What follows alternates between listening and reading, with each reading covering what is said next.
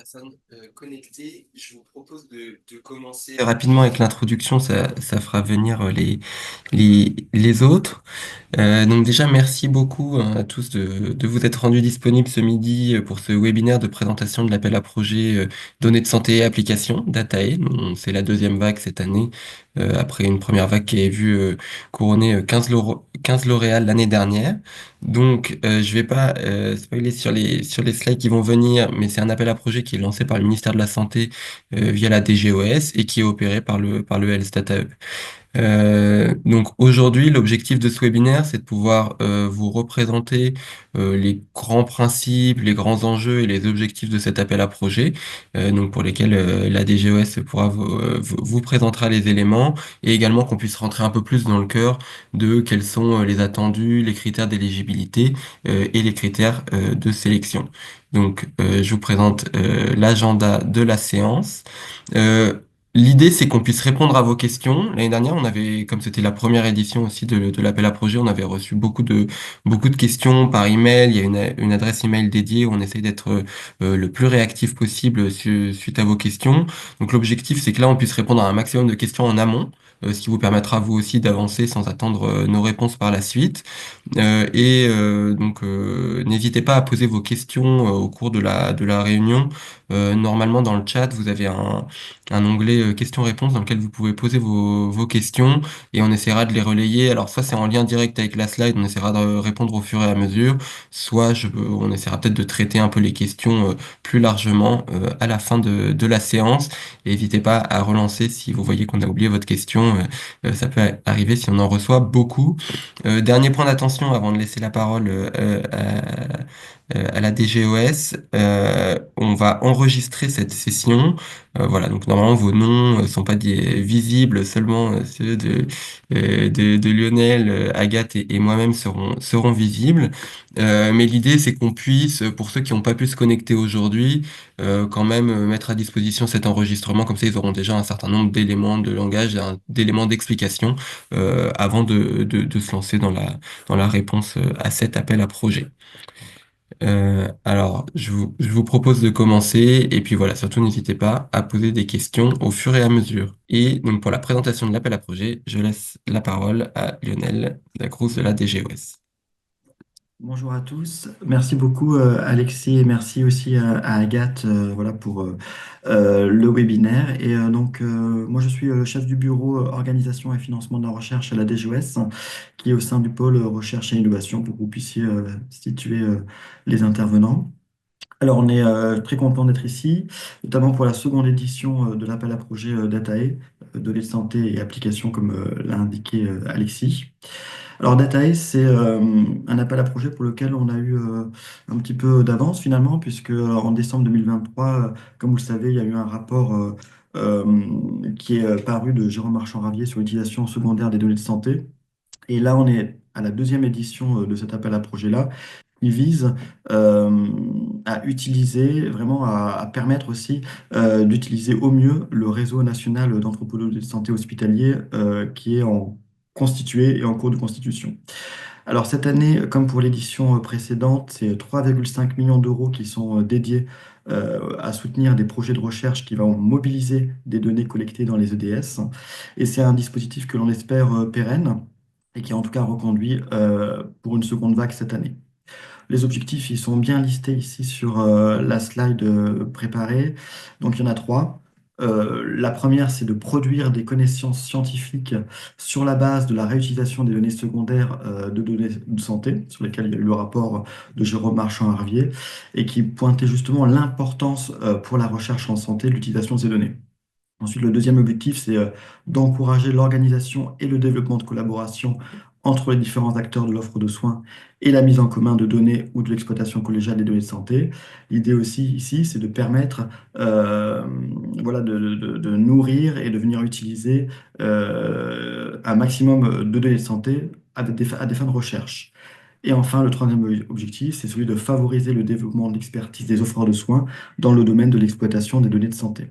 Sur les modalités d'évaluation, alors comme ça a été dit par Alexis, c'est un appel à projet donc, qui est financé par le ministère de la Santé, donc via la DGOS, et qui est opéré par le Health Data Hub. Dans la note d'information sur laquelle on vous invite à vous reporter également pendant ce webinaire et puis à la suite, vous verrez que la date limite de dépôt des candidatures, c'est le 17 janvier à 23h55 de mémoire, mais ça vous laisse suffisamment de temps pour préparer encore les dossiers de candidature, en sachant que ceci, on le verra plus loin, on a opté pour une solution facilitante avec un dépôt sur démarche simplifiée.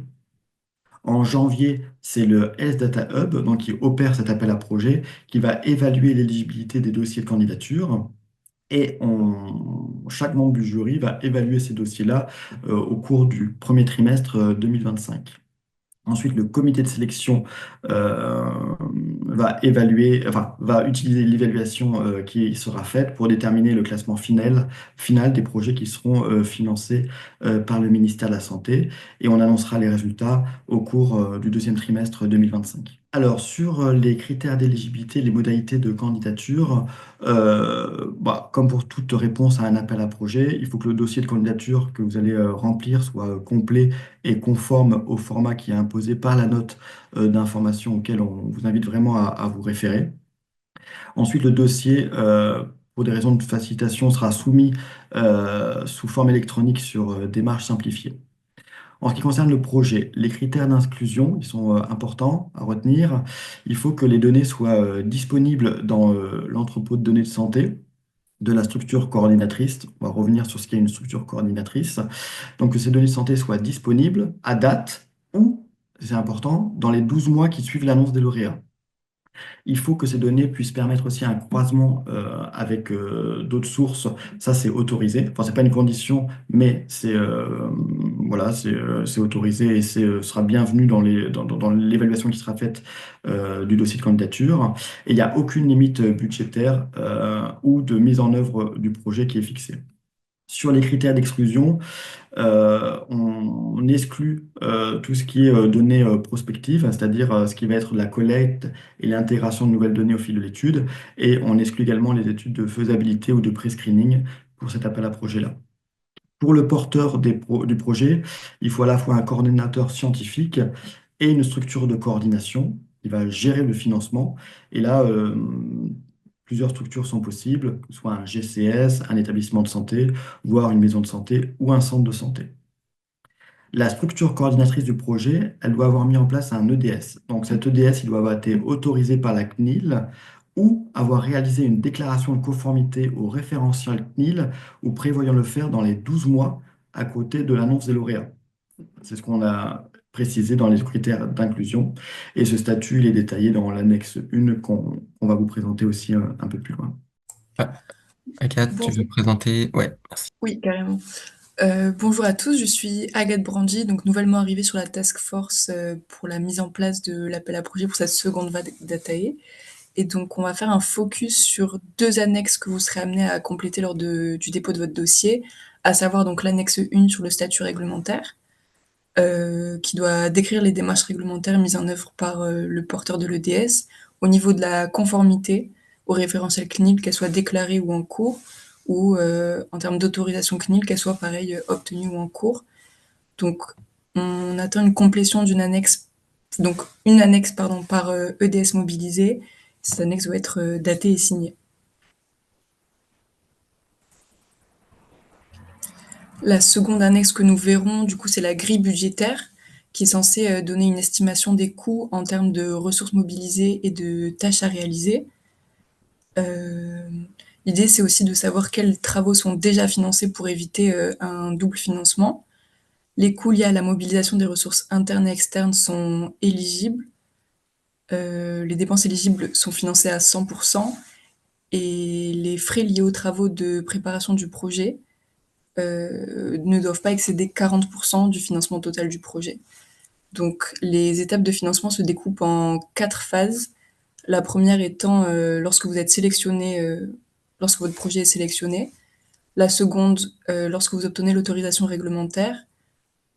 La phase 2 qui sera donc la troisième phase qui est la soumission de l'abstract Et enfin, la dernière phase, au moment où vous publiez dans une revue de rang A, B ou C. Donc, le destinataire du financement en cas de projet multipartite, donc il y a un seul établissement qui est habilité à recevoir le financement de la DGOS. Donc, dans le cas où il y a plusieurs établissements pour un même projet, un gestionnaire de fonds doit être mobilisé qui sera chargé de répartir entre le financement entre d'éventuels co-signataires.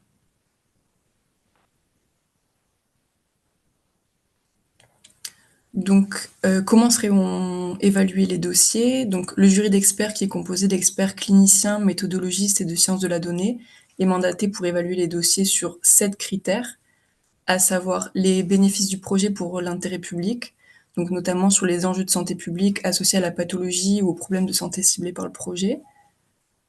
Dans un second temps, la pertinence de la méthodologie scientifique retenue et des données mobilisées dans la réalisation du projet. Comme troisième critère, nous avons le caractère innovant par rapport à l'état de l'art qui sera document. Ensuite, la faisabilité technique du projet et la capacité de l'équipe projet constituée de le mener à bien seront aussi appréciés. En cinquième critère, la cohérence entre les objectifs du projet et le budget associé qui sera correctement documenté dans l'annexe 3, donc la grille budgétaire. Sixième critère, ce sera le caractère mature du projet et sa capacité à témoigner des résultats rapidement. Enfin, dernier critère, c'est l'inscription dans le projet de partage de données et de la contribution à l'open source de manière plus générale. Et à qualité de dossier égal, il est important de noter que le jury avantagera la représentativité géographique des projets lauréats.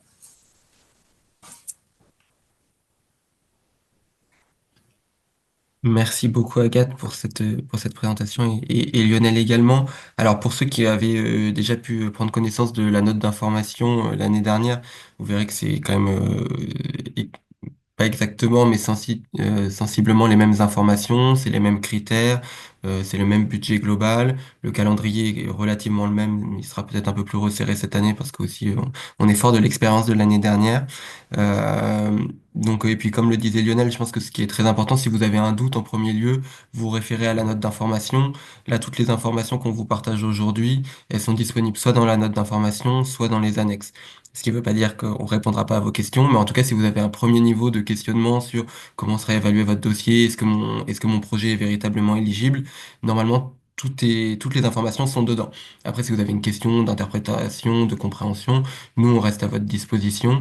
Il y a une adresse qui est mentionnée, on aurait pu le mettre dans les slides, là, mais dans la note d'information, qui est aap-datae@else-datae.fr. Donc voilà, qu'on regarde activement avec Agathe et sur lesquels on essaie d'être réactif pour répondre à ces questions. Alors je vous propose, je vois qu'on a déjà reçu une question. Merci pour votre question, monsieur. Je suis pas sûr d'avoir tout à fait compris l'objet.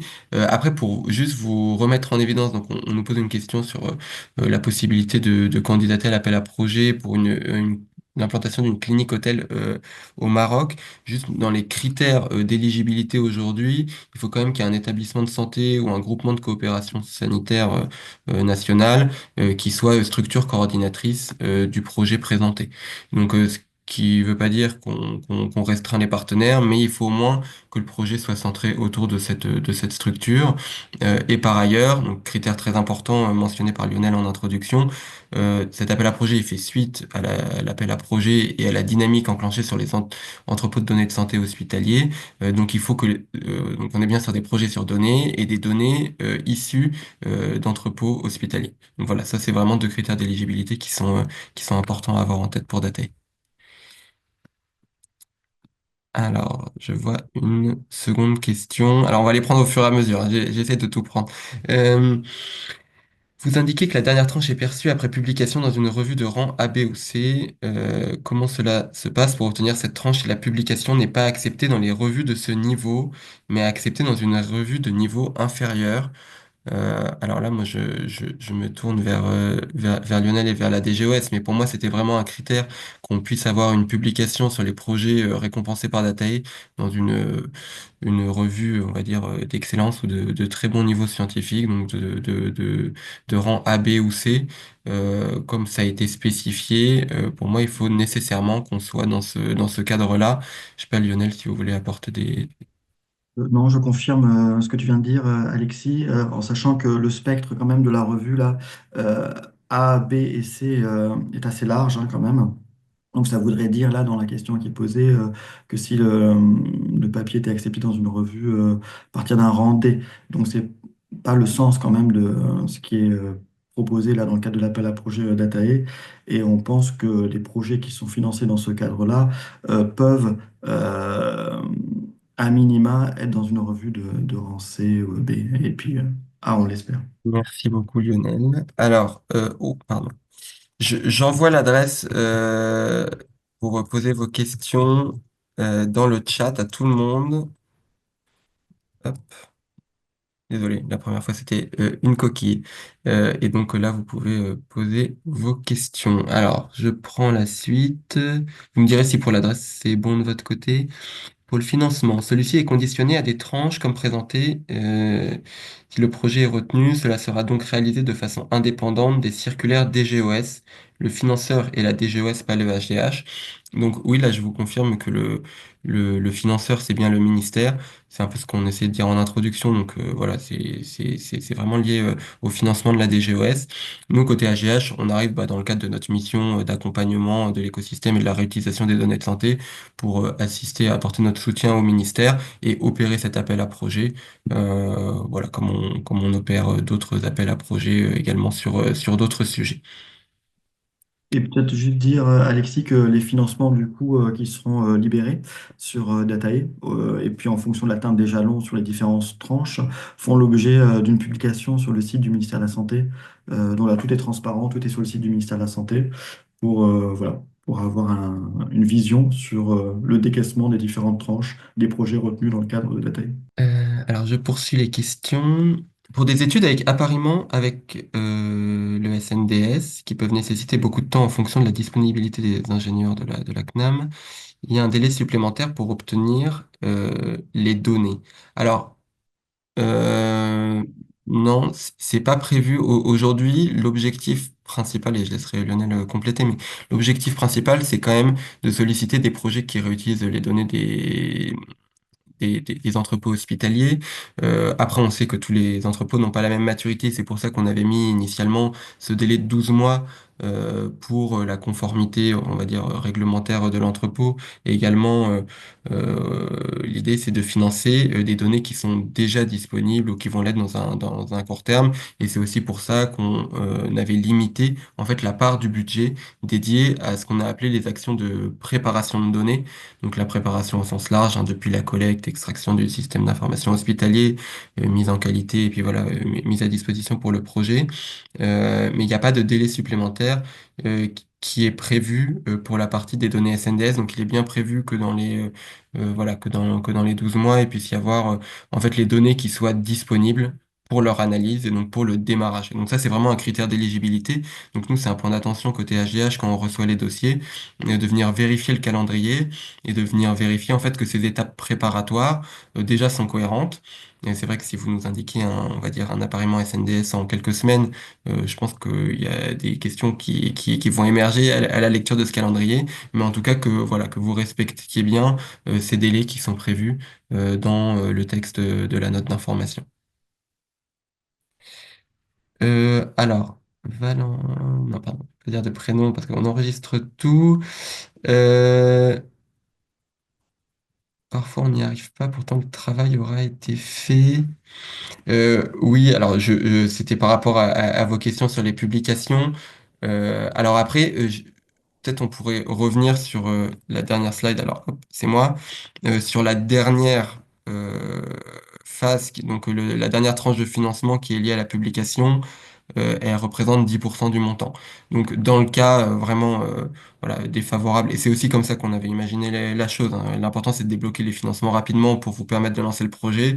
Après, dans le cas où pour une raison X ou Y, vous n'arriveriez pas à faire cette publication, cela correspondrait à une partie uniquement de 10% du montant. Alors, je continue.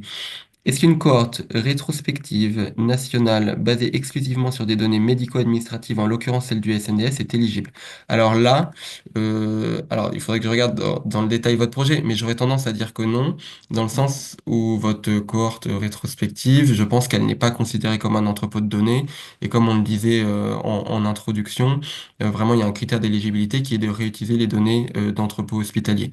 Donc si les données sont uniquement issues d'une cohorte, qui n'ont pas un EDS et voilà, de données médico-administratives, ça ne semble pas être éligible. Après, il est tout à fait possible d'avoir des données mobilisées qui viennent d'un entrepôt et des données issues d'une cohorte, et là que vous réalisiez un appariement donc dans les fameux travaux préparatoires à l'analyse. Ok, donc pour l'adresse email, ça avait l'air ok. Bonjour, concernant les projets qui ont été soumis et non acceptés l'année dernière, est-il possible d'avoir un retour? Faut-il resoumettre les projets en l'état? Alors, peut-être un petit point, c'est vrai qu'on a eu beaucoup de demandes par rapport à ça, donc déjà un petit point, on va dire, de panorama. L'année dernière, on a reçu 95 dossiers, si je me trompe pas, ou 94. Donc c'est beaucoup. Il y a 3,5 millions de budget, ce qui est déjà beaucoup, mais qui permet évidemment pas de servir 95 projets. Donc il y a évidemment une sélection, un niveau de sélection qui a été assez fort par le jury. Le comité de sélection, il a duré une journée entière dans laquelle il y a eu des discussions assez animées pour réaliser ce fameux classement dont parlait Lionel tout à l'heure, et qui permet vraiment en fait de venir classer des projets qui sont très bons. Donc le fait que votre projet n'ait pas été retenu ne signifie pas que votre projet n'était pas suffisamment bon pour l'appel à projet. Après, ça veut dire qu'il a quand même été classé moins bien que d'autres, donc qui étaient d'excellents projets. Et du coup, ça veut dire qu'il y a évidemment probablement des choses qui peuvent être revues, hein, même dans les projets qui ont été sélectionnés. On n'est pas sur une perfection de 100%. Il y a toujours des petits détails qui peuvent être revus. Donc n'hésitez pas à nous solliciter sur l'adresse là que j'ai envoyée dans le chat pour nous poser la question sur votre projet spécifique. Nous, on pourra vous donner des informations sur les critères qui ont été plus ou moins bien notés par les jurys, ce qui vous permettra de voir là où vous pourriez mettre peut-être un peu l'accent si vous voulez représenter votre projet cette année. On a déjà l'information que certains candidats malheureux de l'année dernière vont représenter leur projet voilà, sur la base des retours qui avaient été faits par le jury. Je poursuis les questions. Quelles sont les différences avec les modalités de l'AAP de l'année dernière? Alors, les différences sont assez faibles dans le fond et dans la forme aussi, hein. Ces démarches simplifiées, les critères sont les mêmes, que ce soit l'éligibilité ou la sélection. Euh, on a ajouté quelques éléments, mais c'est pas des éléments extrêmement différenciants sur la note d'information en elle-même. Vous verrez que sur plateforme démarche simplifiée, on a quand même fait des modifications. On a essayé de clarifier un peu. Alors pour vous, je sais que parfois c'est long et fastidieux de remplir. Après nous, ça nous permet vraiment de faciliter le travail de traitement derrière et aussi bah voilà on va dire de préserver un peu le jury qui est beaucoup sollicité sur les nombreux dossiers qu'on reçoit. Donc en fait, on avait organisé un retour d'expérience pour revoir un peu ce qui aurait pu être clarifié en fonction bah, des questions qu'on a reçues l'année dernière. On a une FAQ, donc on a essayé de s'en inspirer pour rendre parfois le texte un peu plus clair et également pour que derrière l'instruction par les experts soit plus simple. On avait notamment voilà, des questions sur le format PDF et puis parfois des répétitions. On a essayé d'alléger un peu tout ça. C'est la deuxième édition, c'est probablement pas parfait. Après, voilà, on essaie de s'améliorer d'une année sur l'autre. Et puis, voilà, si vous identifiez des choses nouvelles, vous avez des questions, surtout, bah, le principe reste le même. N'hésitez pas à nous solliciter. Nous, on est en lien très proche avec Lionel, Ornelia et puis tout le bureau de la DGOS, donc qui est en charge de l'appel à projet. Donc, on essaie de vous répondre rapidement. Et s'il y a encore des éléments qui sont pas clairs, bah, en tout cas, comptez sur nous pour que dans les prochaines éditions, on puisse les clarifier au maximum. Peut-être Alexis, dire que Oui. aussi pour cette édition-là, dans la note d'attention toujours, hein, on vous invite vraiment à y retourner, en page 6 notamment, il y a une forte recommandation qui sera examinée par le jury qui concerne le partage des données. le fait de partager les données de santé en vue de la construction d'un patrimoine national de données de santé. Et donc le jury sera attentif à cette recommandation qui nous importe beaucoup avec côté des GOS et avec le Health Data Hub. Alors, je poursuis, il y a encore des questions qui arrivent. Est-ce qu'un projet qui prévoit l'accès aux données SNDS est éligible? Donc oui, ce qu'on disait tout à l'heure, c'est qu'il n'est pas possible de mener un projet uniquement sur les données SNDS parce qu'il y a ce critère d'éligibilité sur la réutilisation des données d'un entrepôt hospitalier.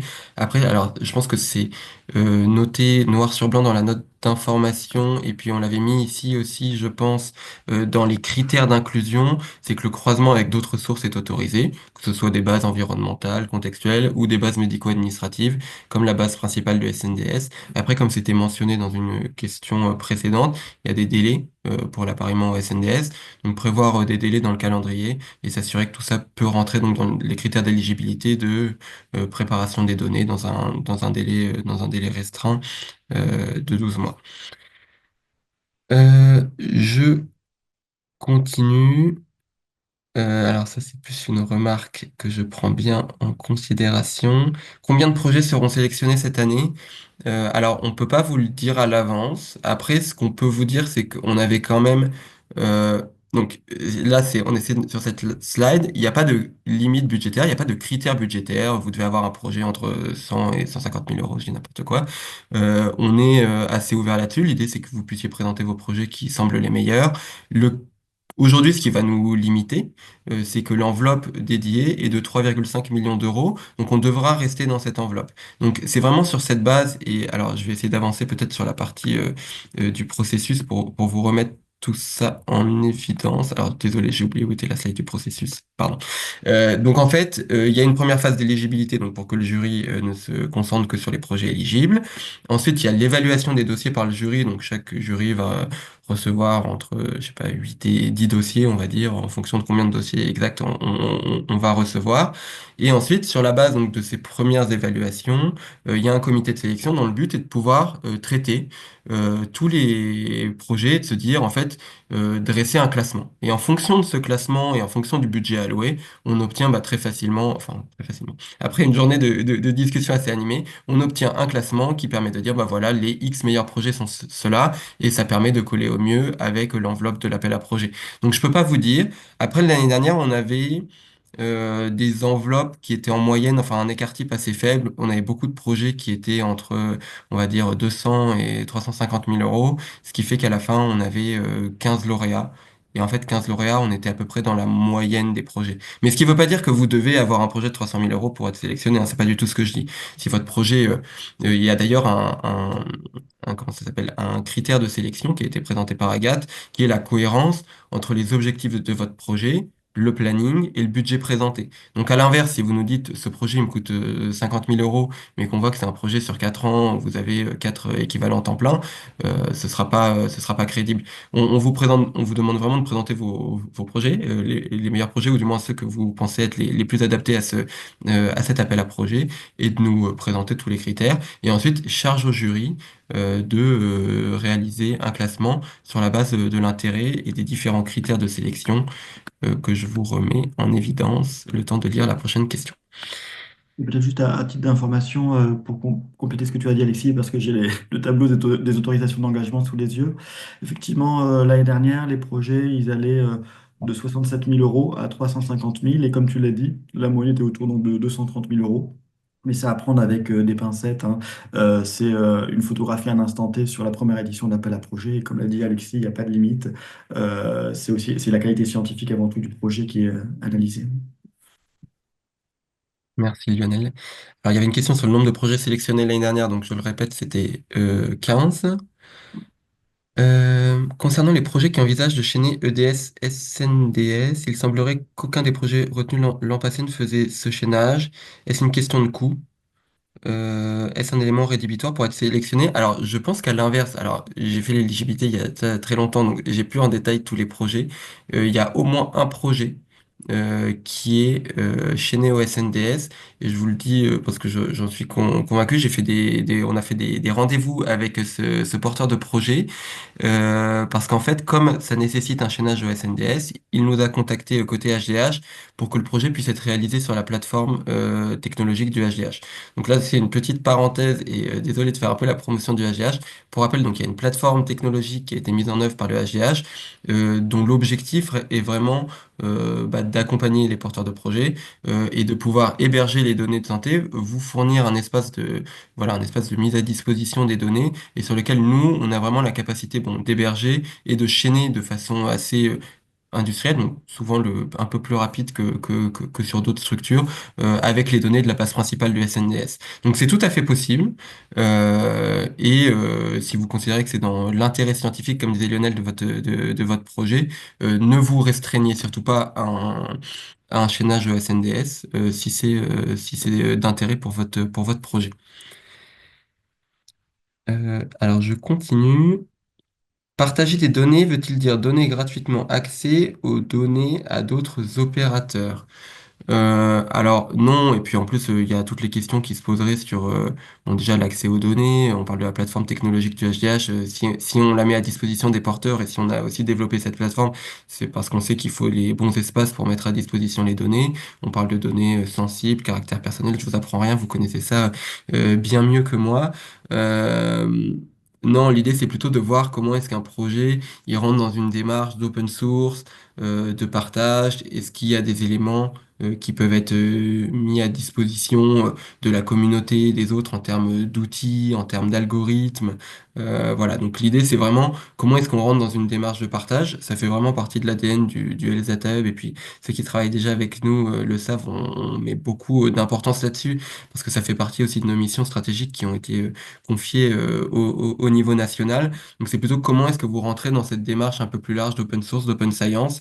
Est-ce qu'il y a des outils, des éléments que vous pouvez mettre à disposition de la communauté pour voilà, permettre derrière de capitaliser sur vos projets et que les projets suivants sur les mêmes thématiques ou nécessitant par exemple le même type d'algorithme puissent en fait se servir de votre expérience et qu'on puisse favoriser la réutilisation des données de santé au sens large. Alors, sur le partage, comme je remets je redis hein, ce qu'a dit Lionel, on n'est pas sur on n'est pas sur un critère de sélection, on est sur des recommandations.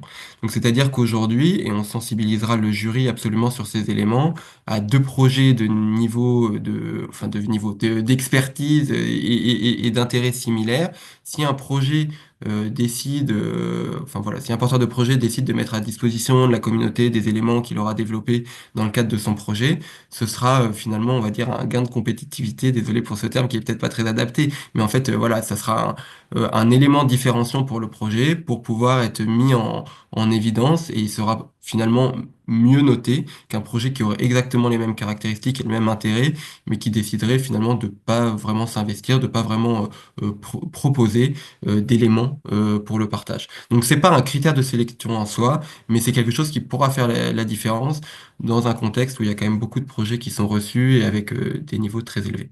Une demande de cofinancement est-elle possible? On a dans la grille budgétaire en fait des éléments qui permettent de mettre en évidence des financements qui ont déjà été retenus ou obtenus pour votre projet.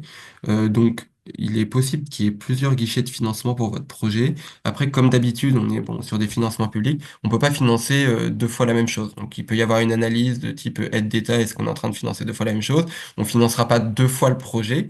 Par contre, s'il y a une partie de votre projet qui est financée et qu'une partie, pour une autre partie, vous êtes toujours en recherche, là, vous êtes éligible au financement de l'appel à projet. Quel est le coût de recours de la plateforme du HDH? Alors, le coût est de 0 €. On ne facture pas cela. Nous, on est financé par la puissance publique. Donc, dans le cadre de notre mission, on n'a pas vocation à voilà, générer du revenu là-dessus, notamment quand on accompagne tout ce qui va être des acteurs publics, hein. Donc, il n'y a pas de coût prévu. En fait, la question, elle va plutôt se jouer sur est-ce qu'il y a un intérêt pour le projet? Mais nous, on a vraiment vocation à ouvrir cette plateforme.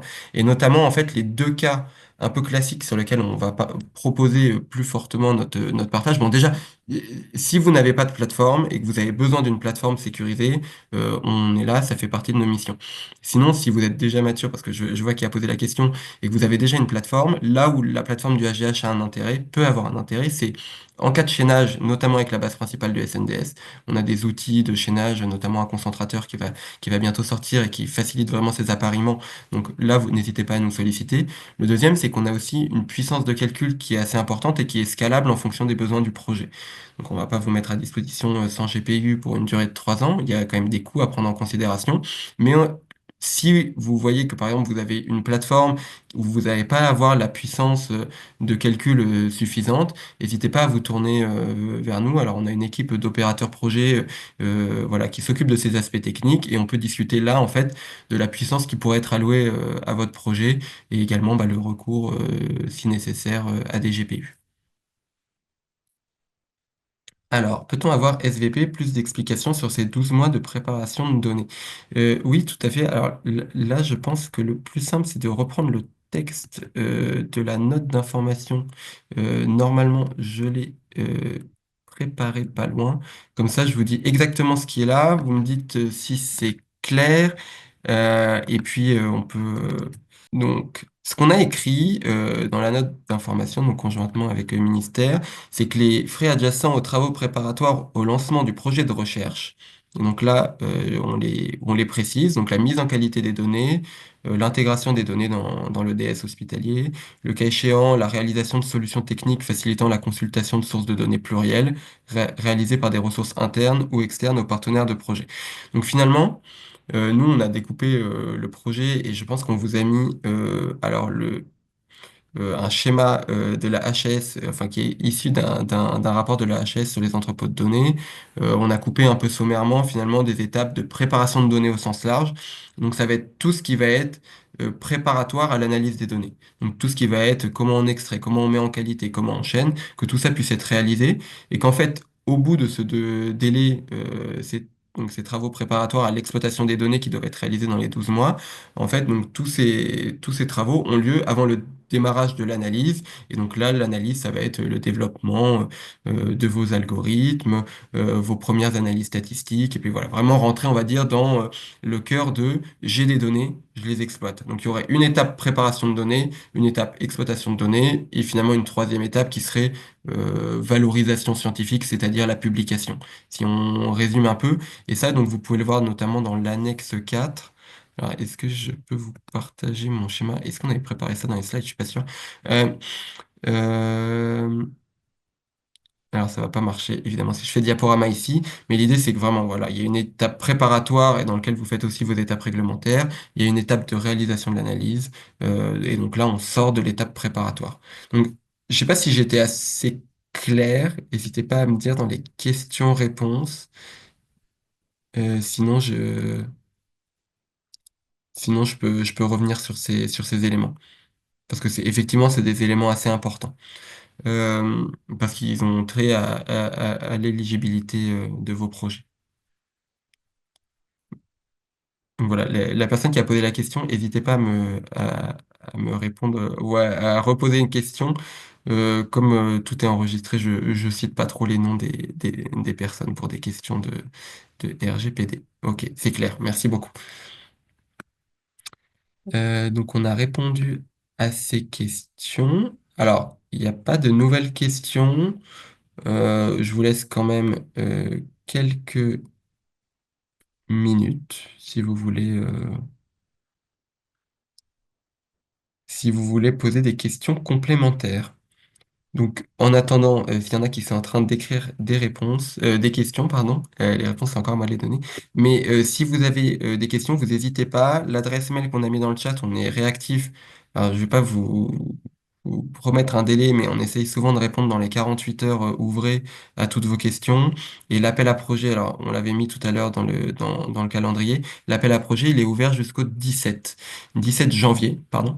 17 janvier, donc un vendredi. Donc normalement, on clôturera tout ça à minuit.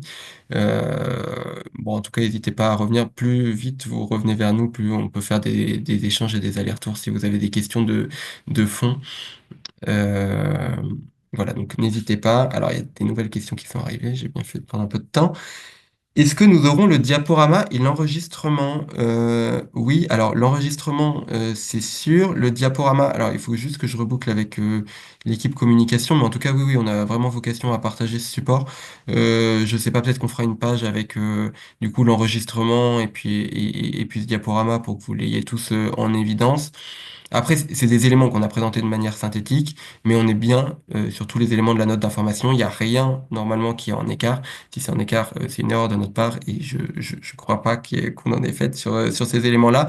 Mais en tout cas, vous pouvez vous référer aussi bien à la note d'information. Notamment, il y a les parties, alors je crois que je les connais par cœur, c'est 1.3 et 1.4 sur l'éligibilité et la sélection. Je pense qu'au démarrage, quand vous voulez vous poser la question, en tout cas avant de rentrer dans le cœur, de est-ce que je présente tel ou tel projet, est-ce que c'est un appel à projet pour moi, je pense que ce sont les paragraphes les plus importants pour vous.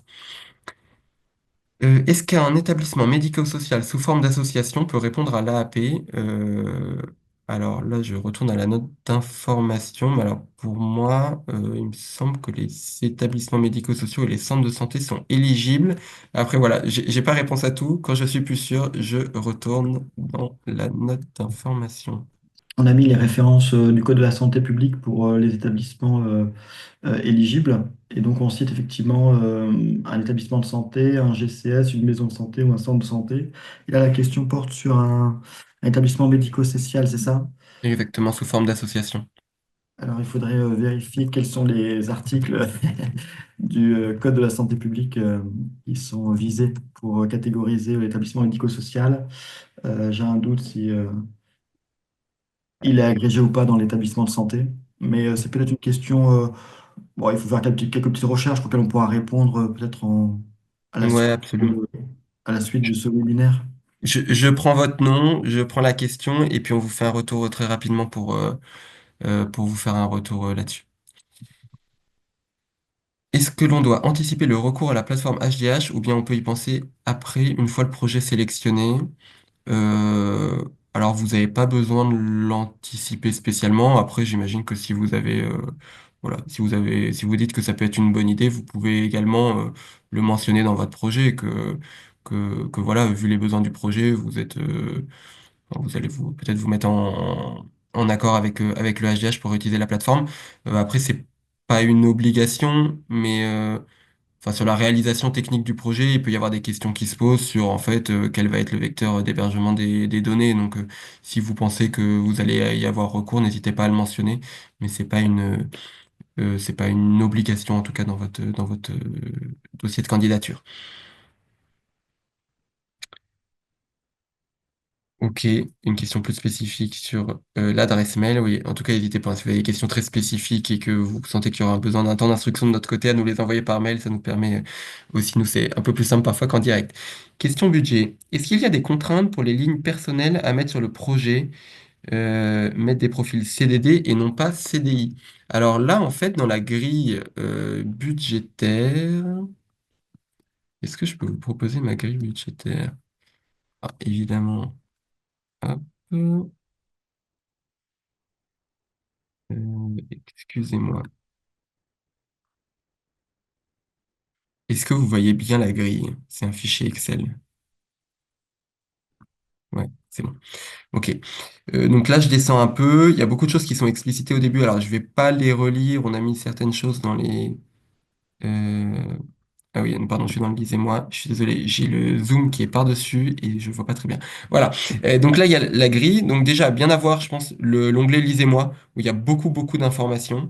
C'est pas si long à lire, mais ça sera très clair. Et comme on est sur des sujets quand même assez importants sur le budget, il y a toujours beaucoup de questions. Donc n'hésitez pas à le lire. Après, si je descends un peu dans la grille, on voit que là, en ligne 19, en fait, on vous demande en dessous de la ligne 19, donc de venir renseigner les dépenses de personnel qui sont affectées à la réalisation du projet pour des personnels permanents, donc titulaires et CDI. Et si je descends un petit peu, ligne 38, donc on a découpé les coûts finalement. Là, c'est pour les personnels non permanents. Donc je le répète pour que ce soit bien clair, les deux types de dépenses sont à préciser. Voilà, c'est juste qu'elles rentrent pas dans les mêmes lignes de la grille. Euh, mais en tout cas, les deux sont bien. On sait que vous avez parfois des besoins de recours à des prestataires ou à des CDD pour vos projets. Et ça, c'est tout à fait éligible à cet appel à projet.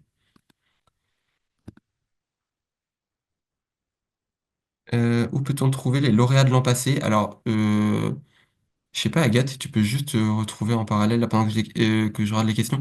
Tu sais, sur le site du HDH, il y avait une publication, et sinon sur le site du ministère, il y avait une publication également. Je sais pas si tu retrouves l'un des deux.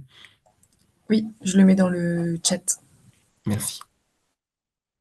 Pour être plus clair, est-ce que les personnels en CDI... Ok, donc vous avez les deux types de dépenses sont bien éligibles, vous avez eu votre retour.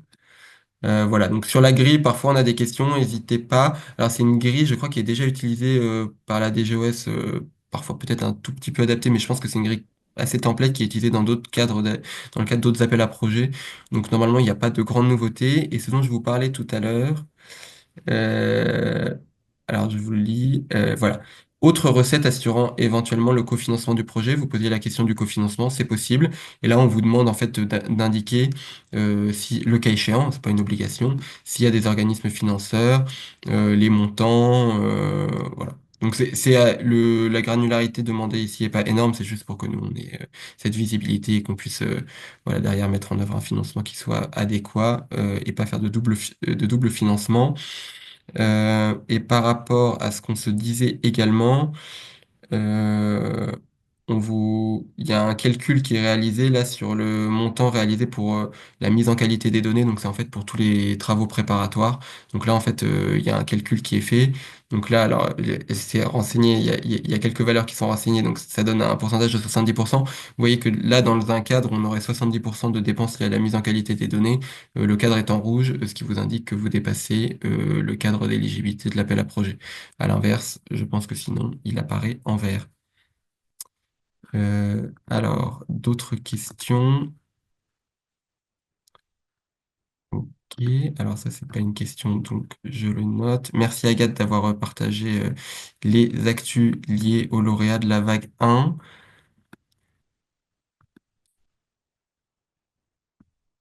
Alors, je vois plus d'autres questions. Je vous laisse encore peut-être une minute ou deux, hein. On avait prévu 1 heure. Après, je vais pas vous retenir en otage si vous avez vos réponses. Bon, en tout cas, merci beaucoup hein, de vous être connecté, d'avoir trouvé le temps aujourd'hui. J'espère qu'on a répondu à vos questions principales. On va publier donc ce replay ainsi que le support, comme ça vous aurez tous les éléments. La note d'information et les annexes, elles sont disponibles sur Démarche simplifiée. Normalement, le lien Démarche simplifiée est bien présent dans toutes les actus, toutes les communications, donc vous y avez accès directement. C'est en plus le même que l'année dernière, donc si vous l'aviez l'année dernière, il n'a pas changé. Euh, et puis surtout, bah, le message, c'est que on reste à votre disposition, restez pas bloqué sur des questions de compréhension et n'hésitez pas à nous solliciter et on vous répondra au plus tard. Voilà, nous on est en lien assez étroit avec le bureau PF4 de la DGOS, avec Lionel et Cornelia, donc on sera réactif. Alors, je vois, je n'ai pas le lien. Agathe, tu pourrais mettre le lien de démarche simplifiée si tu l'as. Après, il doit être dans l'actu. Merci. Est-ce que vous savez si l'AAP pour la constitution des ODS sans exploitation des données va de nouveau avoir lieu? Donc, je pense que vous faites référence à l'appel à projet France 2030 hein, sur la constitution des entrepôts de données de santé. Donc, il y a eu 2 vagues qui ont eu lieu. Aujourd'hui, il n'y a pas de troisième vague qui est prévue. Donc, je pourrais pas m'engager là-dessus. Euh, voilà, pas d'information en tout cas qui nous dirait qu'il y a un appel à projet prévu en ce sens. Donc pour le moment, les lauréats de l'appel à projet sont ceux qui ont été sélectionnés dans les 2 premières vagues. Après, quand même, un point d'attention. Vous n'avez pas besoin d'être lauréat de l'appel à projet EDS pour être candidat à l'appel à projet Datae. Alors dans les faits, il risque d'y avoir une redondance importante parce qu'il y a quand même eu beaucoup d'établissements de santé qui ont été lauréats de l'appel à projet France 2030. Après, si vous avez monté auparavant ou si vous n'avez pas été lauréat de l'appel à projet EDS, mais que vous souhaitez quand même avoir votre EDS hospitalier, vous êtes tout à fait éligible à l'appel à projet. Il n'y a aucune mention contre dans la note d'information et c'est pas non plus un critère de sélection.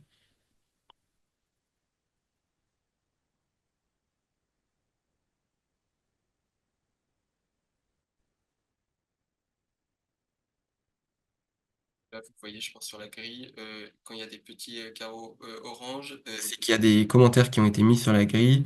Ça permet de répondre, je pense, à une partie de vos questions, d'expliciter un peu ce qui est attendu dans la grille de financement.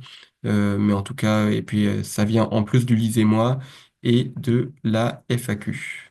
Voilà. Donc il y a beaucoup d'informations, je pense. Prenez aussi le temps d'en prendre connaissance. Donc l'appel à projet, il est ouvert plus de 2 mois, jusqu'au 17 janvier. Donc vous avez, je pense, un peu le temps aussi de voir venir, d'identifier quels sont les meilleurs projets que vous souhaitez documenter dans le cadre de dans cet appel à projet. Les projets déposés par une seule équipe sont-ils éligibles? Alors là, je pense que la question, en fait, s'adresse pour le fait si vous pouviez déposer plusieurs projets par une même équipe. Ça a été le cas l'année dernière. C'est tout à fait possible.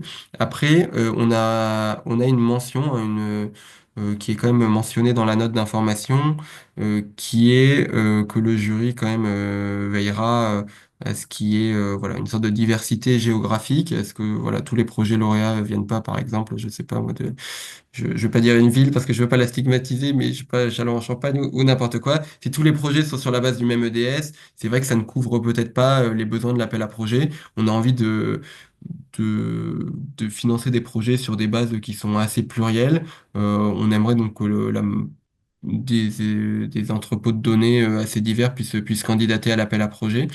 C'est pas un critère unique, mais donc on ne viendra pas sélectionner votre projet ou ne pas sélectionner votre projet uniquement parce qu'il a été présenté en plus d'autres projets, mais on vous conseille quand même, je pense, de présenter, je pense, vos meilleurs projets, ceux qui ont le plus de chances d'aboutir, dans le sens où il y aura quand même une concurrence qui sera assez forte avec les autres établissements. Après, si vous avez deux, trois projets qui sont excellents, nous, on a eu le cas l'année dernière et n'hésitez pas à les présenter tous les trois. Est-ce que la participation de plusieurs EDS à un même projet est un facteur favorisant? Alors, je vais reprendre ce qu'on a mis dans les recommandations. Je pense pas que ce soit un événement. Le croisement entre des données des EDS et les données d'autres sources est encouragé sans être imposé. Donc là, on parle plutôt d'autres sources. Euh, non, alors, c'est pas forcément quelque chose qui est favorisé en tant que tel dans les recommandations. Après, ce qu'on sait et que vous savez mieux que moi, vous qui portez des projets, c'est que la massification des données, ça peut être quelque chose d'extrêmement intéressant quand on veut faire de l'intelligence artificielle, quand on veut gagner de la puissance statistique sur certains modèles. Donc, en fait, je pense que tout dépendra de la manière de le justifier.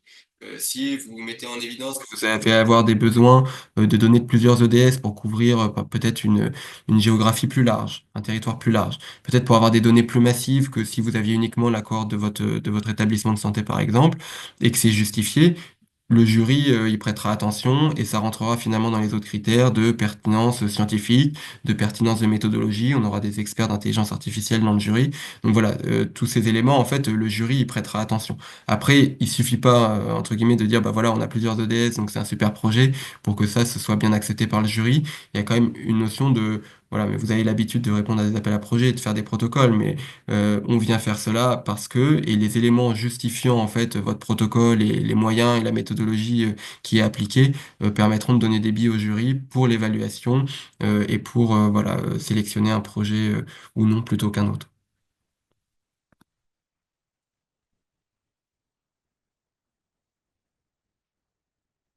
Alors, je vois pas d'autres questions en suspens. Après, je vois qu'il reste 3 minutes, donc je peux vous laisser peut-être une dernière minute si vous avez une question qui vous vient. Merci beaucoup, Agathe, d'avoir partagé les liens.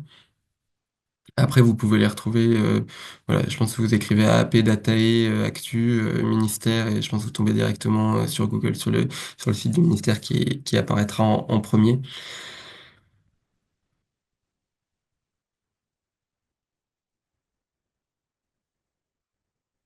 Je vois pas d'autres questions. Je pense qu'on a couvert un nombre de sujets assez important. Donc, en tout cas, on reste à votre disposition. Et puis, bah, j'aimerais tous vous remercier pour votre disposition. Merci également à Lionel, hein, pour s'être rendu disponible aujourd'hui et pour pouvoir donner des éléments d'information complémentaires.